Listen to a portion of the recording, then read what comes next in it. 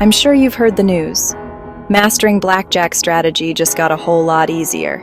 Creating flashcards is a fantastic way to master basic Blackjack strategy. First, understand basic strategy. It's all about the best moves based on your hand and the dealer's up card.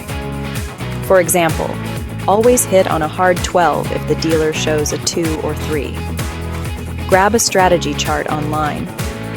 This chart will guide you on when to hit, stand, double down, or split. Then split your flashcards into categories: hard hands, soft hands, and pairs. Write down your hand and the dealer's up card on the front, and the best move on the back. For instance, a hard 16 against a dealer's 10 should be a surrender if allowed, otherwise hit. Color code for extra clarity. Practice daily.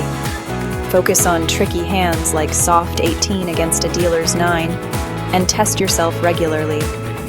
You'll be a Blackjack pro in no time. Ready to hit the tables? Thank you for watching. Don't forget to like, share, and subscribe to our channel for more content.